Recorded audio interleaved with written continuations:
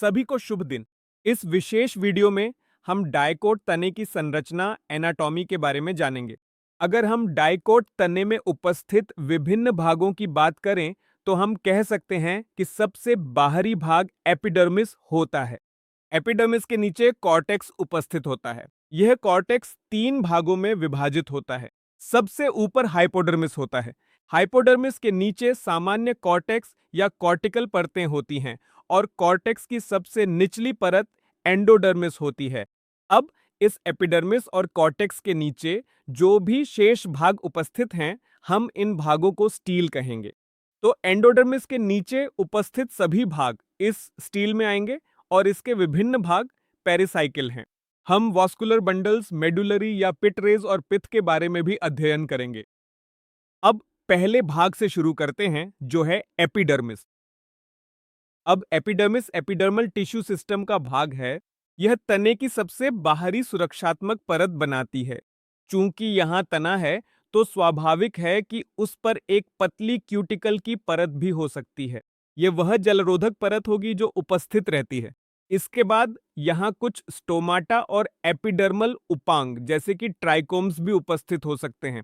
अगर हम इस विशेष चित्र को देखें तो हम देख सकते हैं कि यह सबसे बाहरी परत एपिडर्मिस है और ये एपिडर्मल हेयर्स या ट्राइकोम्स हैं जिन्हें इस चित्र में दिखाया गया है।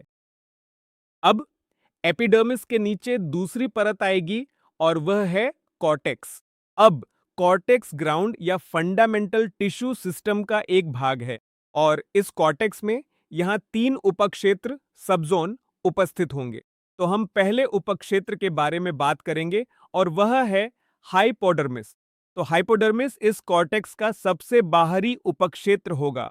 इसमें कोलेनकाइमा कोशिकाओं की कुछ परतें होंगी और हम इस विशेष चित्र में देख सकते हैं कि ये परतें जो कोलेनकाइमा से बनी हैं वही वास्तव में हाइपोडर्मिस है। तो इस एपिडर्मिस के नीचे अगली परत हाइपोडर्मिस है जो कोलेनकाइमा कोशिकाओं से बनी होती है। इस हाइपोडर्मिस का कार्य यह है कि यह युवा तने को यांत्रिक मजबूती प्रदान करता है। अब इस हाइपोडर्मिस के नीचे सामान्य कॉर्टेक्स या कॉर्टिकल परतें उपस्थित होंगी।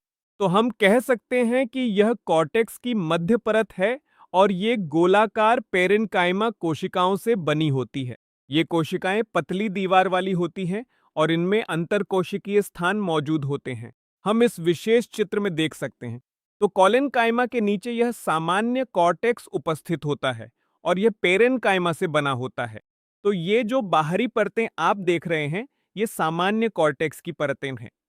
हम इसी चित्र में यहां भी स्पष्ट रूप से देख सकते हैं कि हाइपोडर्मिस के ठीक नीचे वाली अगली परत मुख्य रूप से पेरेन्काइमा कोशिकाओं की होती है, जो यहां पर पूरी तरह से उपस्थित है। अब सबसे निचली परत एंडोडर्मिस होगी।